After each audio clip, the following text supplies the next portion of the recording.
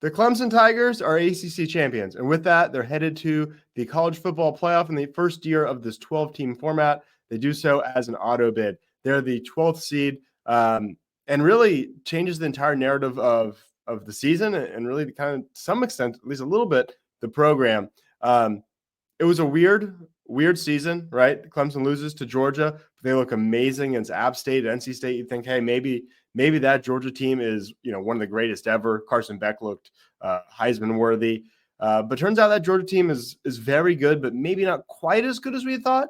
And those teams that Clemson was beating up on were pretty bad. Clemson picks up 9 regular season wins against teams with 7 wins or fewer.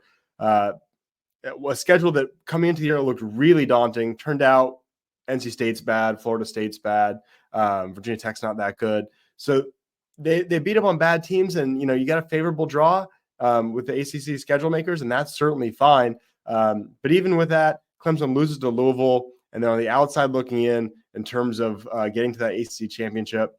Then the final week of the season, they essentially lose all hope of being an at-large bid, blow a lead, lose to South Carolina. The season has failed and over. Then 3 hours later, Syracuse wins, sends Clemson to the ACC championship. And then it's either, hey, this season is a success, you're in the playoff as a conference champ, or it's a real failure because you've gone 0 for 4 against quality opponents. And I'm just saying quality is they won 8 games or more. So not an unrealistic standard there. But this was an awesome game against SMU. So let's dive in. Clemson has played in Bank of America Stadium plenty of times. And it showed because they got off to a hot start. They looked comfortable. They dashed out to a 21-7 lead in big part because of several freshmen, most notably Bryant Wesco. He has been just outstanding. You almost have to go back to maybe, I guess, Trevor Lawrence was probably the last true freshman to come in and really transform an offense quite like this. And it's not that Wesco's as good as Trevor, which different position, hard to compare. It's not even that he's as good as Sammy Watkins. They just so badly needed a guy who could win jump balls, who could stretch the defense vertically, who could make a lot of yards after catch. So they got him now. Plus they got on Antonio Williams back. And really that combo has totally changed this offense. The very first drive, he had a 35-yard touchdown. Then the third drive, he had a 43-yard touchdown that was even more impressive. Great throws by Klubnik, who for the most part played really, really well. I was impressed by him again. He was the MVP, but to me, Wesco probably could have been the MVP. He finished with eight receptions, 2 touchdowns, 143 receiving yards. He was awesome.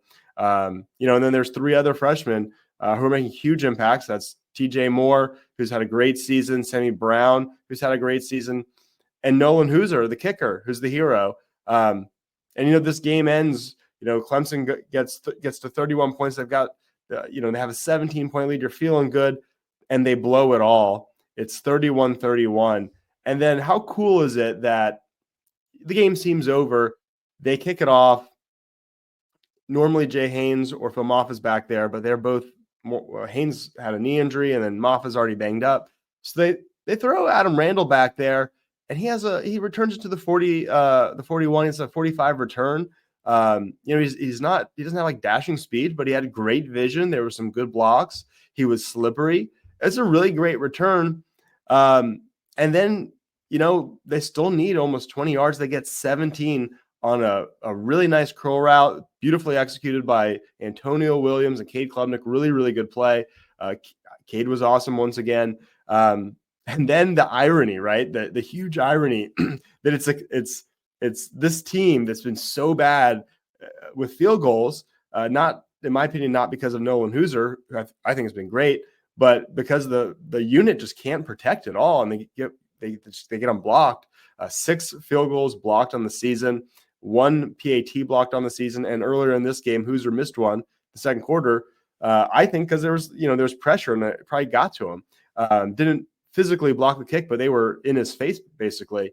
And so it's a 56-yarder. Clemson hadn't hit a walk-off winner since Chandler Catanzaro's Peach Bowl walk-off against Les Miles' LSU team.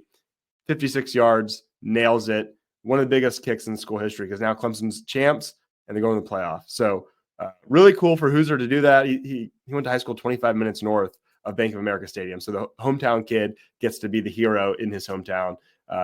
awesome for him. Awesome for Adam Randall, who had that big return. Love this comment from Dabo Sweeney about Adam Randall. He said, Adam Randall got passed up by Wesco. That's tough, but he continued to serve. He continued to be a great teammate. He's continued to keep the faith. It's awesome. He's not complained one time. It was awesome to see him have that moment. That we sort of, poke fun at Sweeney sometimes for not using the portal and being behind the times. And he still does need to use this offseason to evolve his roster management. But he is nailing this culture thing. And that was really cool. So love that.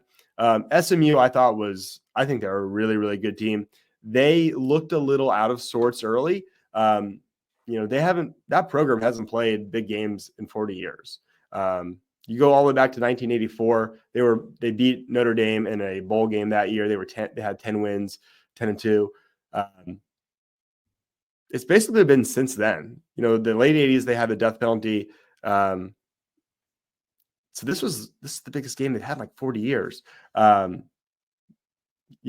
biggest games were like the Florida State and the Pitt game this year. They had a 10-win season a couple years ago, but that ended in a bowl loss to, I think it was Florida Atlantic. So like this was big for them. Biggest game for Kevin Jennings. He he had a kind of a bad fumble that was maybe the offensive line's fault, maybe both of their faults. Then he had a really bad interception where he really shouldn't have thrown it away where he did. And that played a big role in Clemson building their lead. But what was interesting is that interception, Clemson had a chance to go down and not end the game, but really, really make a comeback tough. And all they get is a field goal attempt, which they missed. That was the one I referenced in the second quarter. From the point of that interception until Clemson's final field goal drive to win it, that was 46 minutes and 54 seconds. Clemson only scored 10 points that entire stretch. So, Clemson burst off. They burst off what was a 21-7 lead. And then they pretty much got locked down. It was, 24-7, and they couldn't really do a whole lot. So it was a lot like the Pittsburgh game where Clemson gets up early, the offense slows down, and the defense, holds it together. But then when you really need that defensive stop, they can't do it. So obviously, a Clemson win is a Clemson win, and we're happy about it. Would have loved to see it just be a dominant blowout, but there's no complaining there. Was heartened to see SMU earn the 11 seed, Clemson the 12. I honestly think that's probably about right. SMU, I thought was every bit as good as Clemson. I mean, it goes down to the very end. If not for a bad start, SMU could easily win that game. I think they're two very evenly matched teams, and being 11-12 feels about right. So nothing against Alabama, but it can't be solely completely about who's quote better, who would be favored. No, SMU earned it. Alabama shouldn't have lost to Vanderbilt. They shouldn't have got blown out by Oklahoma. So SMU earned it, and they got in. I was really happy to see that as two ACC teams getting in.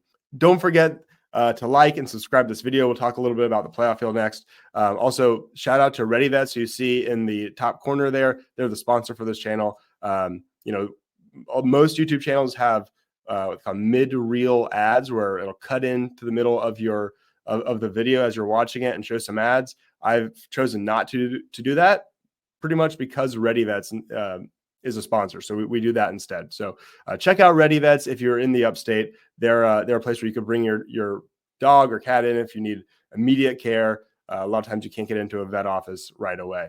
Also, shout out to Tiger Pride and others who've supported this channel through donations. I hope you see some of the upgrades to this channel in terms of the mics, the lighting, all that type of stuff. And hopefully the video quality here is better than it was in the last one. I know I had some problems there and got an extender thanks to a donation. So appreciate folks to do that. All right, so let's talk a little bit about this playoff. Oregon, Georgia, Boise State, Arizona State are the top 4 seeds. Pretty chalky, makes total sense. No argument there. What I thought was interesting is, Notre Dame was sitting there at 5, and then Texas loses and Penn State loses. They easily could have penalized Texas and Penn State and dropped them below Notre Dame. I thought there was a decent shot they would. There was also obviously the talk about SMU dropping all the way out of the field. They were 8. Could they drop out and Alabama get in? I think they made a big statement that if you make your conference championship game, if you make it, you're not being punished for the outcome. Now, Clemson had to win because they weren't in the field. They weren't going to make it before that. But no one was penalized for losing. And I think that's really great. So Texas is 5. They'll host Clemson. Penn State, they stay above Notre Dame. They drop to the 6th seed. They'll play SMU.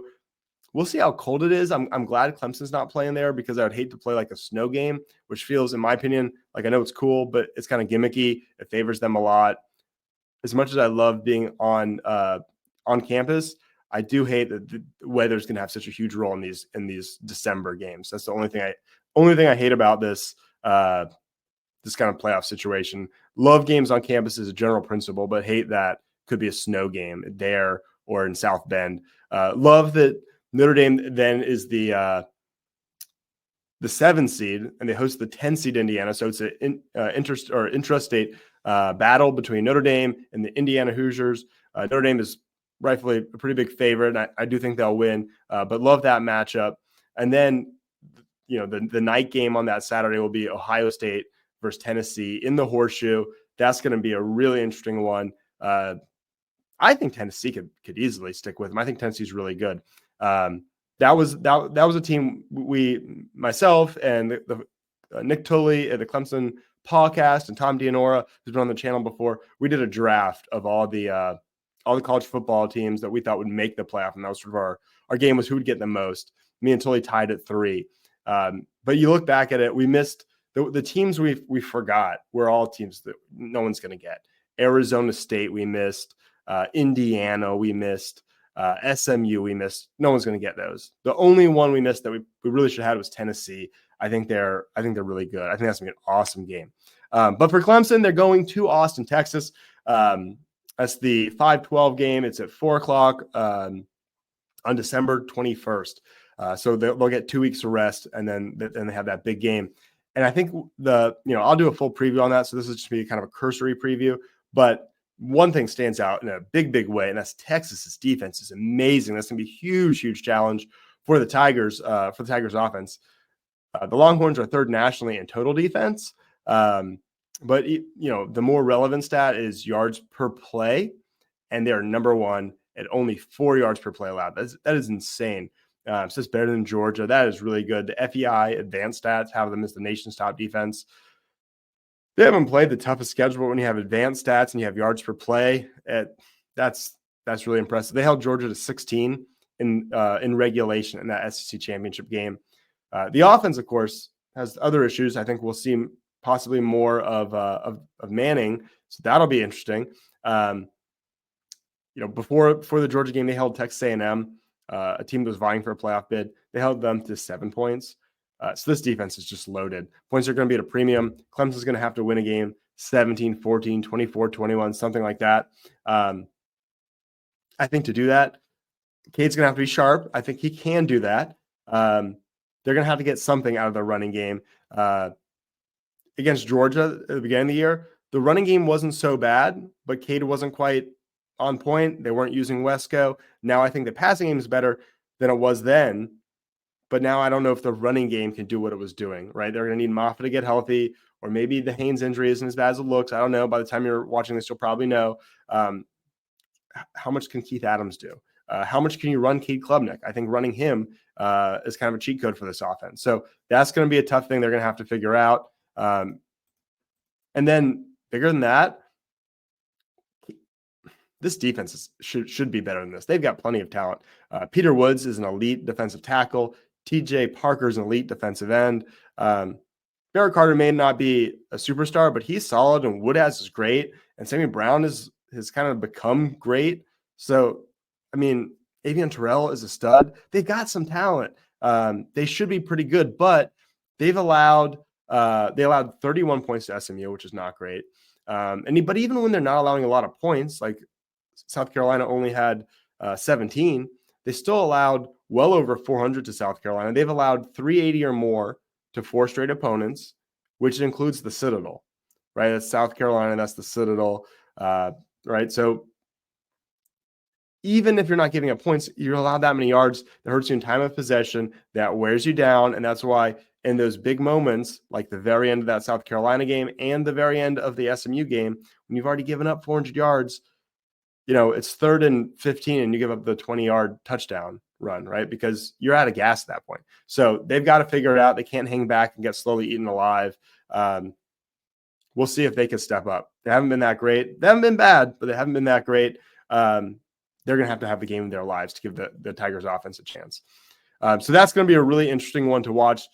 Even if Clemson loses, as long as it's not an embarrassing, 31-0 kind of loss. If it's a competitive loss this season, I think it's still pretty much a success. You won your conference. Yeah, you lost to South Carolina. That is always going to taint it. But you won the conference. You made the playoff. Coming into the season, my prediction was 10-2 with a loss to Georgia and Virginia Tech. Pretty close, right? You swap Virginia Tech for Louisville and add the loss to South Carolina. But then you win your conference. You go to the playoff. It's more or less what I predicted. It's hard to be overly disappointed. Again, assuming that they're at least competitive. And again, assuming that this isn't an excuse to refuse to make any changes. I do think we'll see Clemson explore the portal. They've already lost Sherrod Koval to the portal. They're going to lose R.J. Mickens and Venables to graduation. They're probably going to need a safety, maybe a defensive end. So they're going to have to. And I think with their renewed focus, thankfully, on the 110 Society, I think they're going to get the resources to do it. So one other thing to hit on, I thought I'd be remiss to not mention this is how awesome this Clemson basketball team is. So they beat San Francisco, quality win. They beat Penn State, quality win. They come home, they take care of business against Florida A&M. And then on Tuesday, December 3rd, they hosted Kentucky, number 4 in the country. And they look like the better team. Their defense was so intense. It's so fun to watch. If you're one of these Clemson fans that's, kind of football only, or maybe football and baseball because basketball always lets you down, I get it. It's been, the first 7 years of Brownell's tenure were not great. But the last 7, since the renovations, really these last 3 plus this year, they're good, right? They just made the Elite Eight. It was only a couple of years ago they made the tournament. Only a couple of years before that, they made the Sweet 16.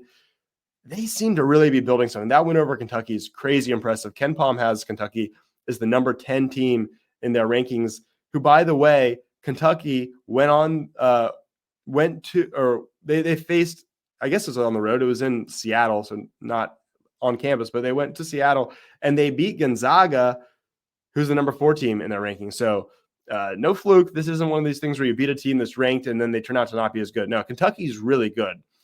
Clemson is just really good. I think Clemson and Duke are the class of the ACC. Clemson has a legit chance to win the conference. And luckily they started off on the right foot. It was a little bit dicey. Big letdown spot. You beat Kentucky, then Saturday you go on the road to face Miami, and they were trailing briefly. Second half, a little concerning, but they end up getting a 10-point, 65-55 win. The offense wasn't great, but the defense got it done, held them to just 55. They're 9-1 and 1-0 in the ACC. That's pretty encouraging. I think it's a really good team, and don't miss out on them. This is a special team. But it's also, maybe it's not so special. Maybe it's a little bit more what we can expect from Brownell moving forward, because the program's just in a different spot than it was. So don't miss that. As always, don't forget to subscribe, like this video if you haven't already, and go Tigers.